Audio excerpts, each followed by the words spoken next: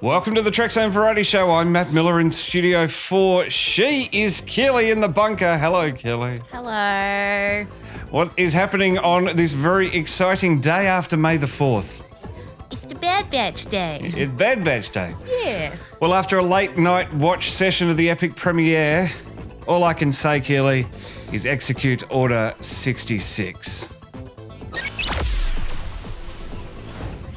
Let's start at the beginning. The yellow Clone Wars logo dissolved into red in Season 7. Yeah. Now it's dissolving to white with our new heroes taking the reins. Plus, the voiceover is back after disappearing in Rebels and Resistance. What does that add to the show for you? Well, it made me cry. I just saying. As soon as I heard his voice, I was like, yeah, there goes my emotions. I don't know. It just makes me feel like I'm a kid again. Watching the Clone Wars in 2012 and not knowing anything bad will happen in the future. What could possibly go wrong? Yeah. Let's keep it at that. Did you know? Imagine watching the Clone Wars if you hadn't seen Empire Strikes Back. I think I'd lose my goddamn mind. So that's all I'm saying.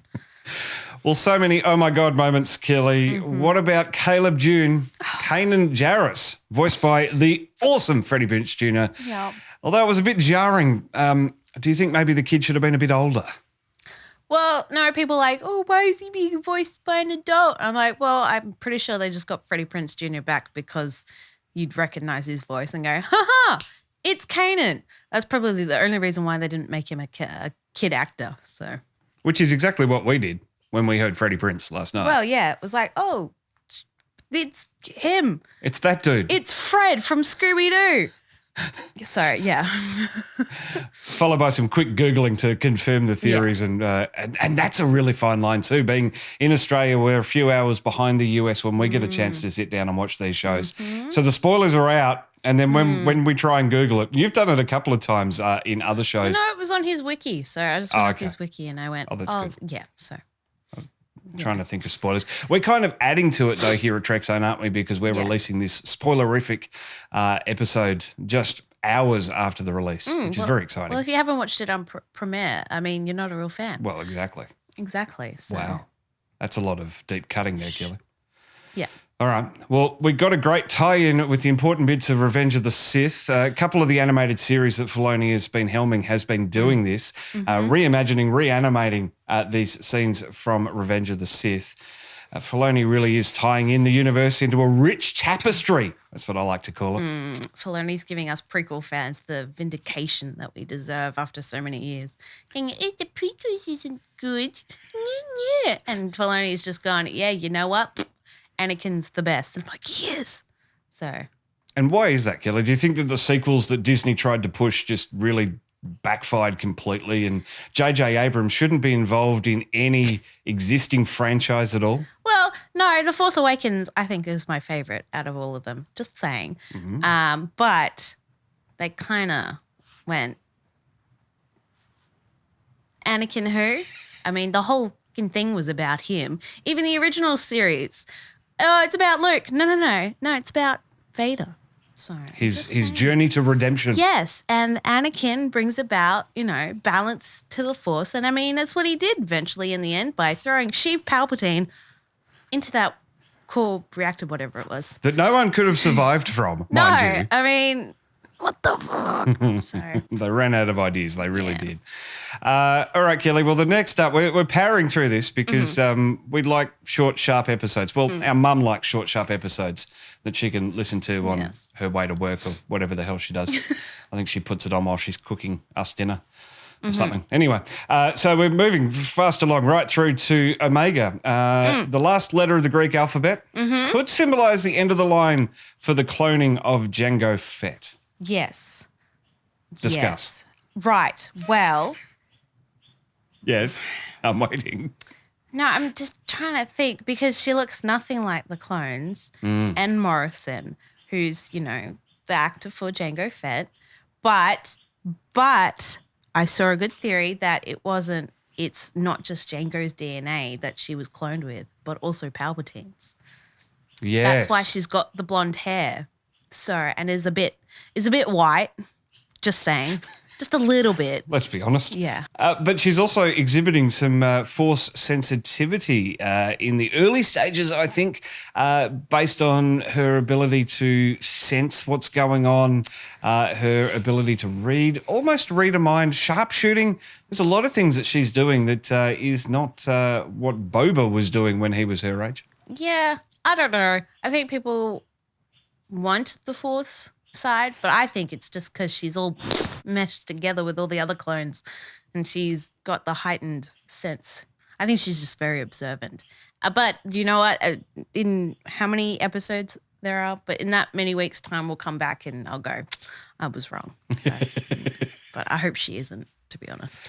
Well, it is interesting. It's another weekly release series. Disney Plus certainly keeping its member base happy.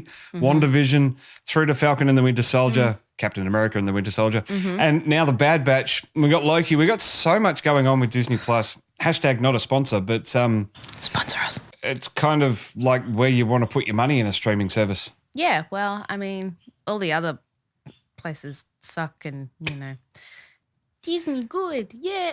No. And, of course, when all the Star Trek series come out, then Paramount Plus is going to be the best streaming service. Good. Yeah. Yes. Yep. But it is interesting, Keely. Plenty of exciting times ahead. Weekly episodes, though. That's going to hurt. Yeah. Well, Disney set us up. They need to be all an hour long. So, I mean...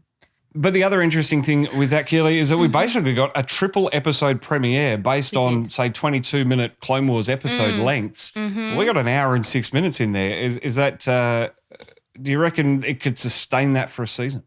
No. Well, actually, I want them to. But it's Disney and it's everyone else going, no.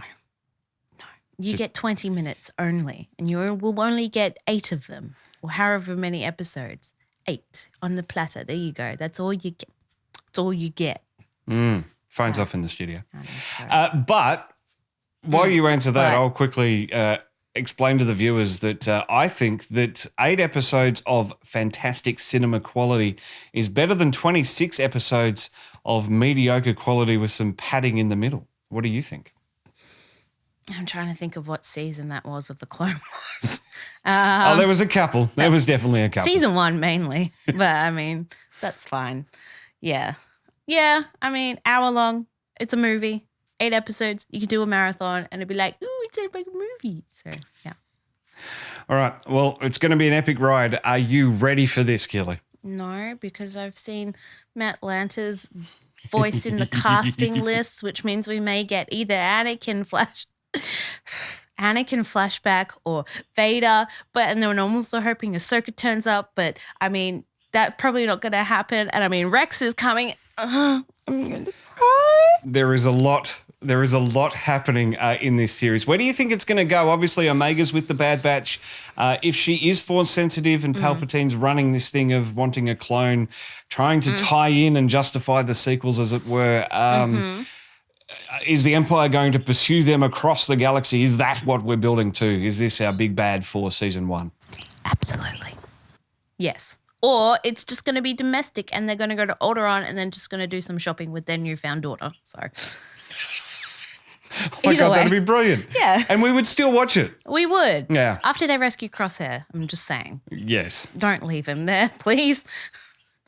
All right, Kelly. Well, thanks for being here for the Trek Zone Variety Show. Okay. And we will catch you again probably at the end, if not, if it doesn't get any more exciting and we feel like we need to do more shows. But plenty of stuff to come and sink our teeth into.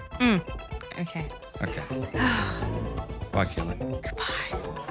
Keep up to date with Twitter. Catch new podcasts daily on YouTube. Plus, we're beaming to your favorite podcast app 5 days a week. Just search for Trek Zone and subscribe.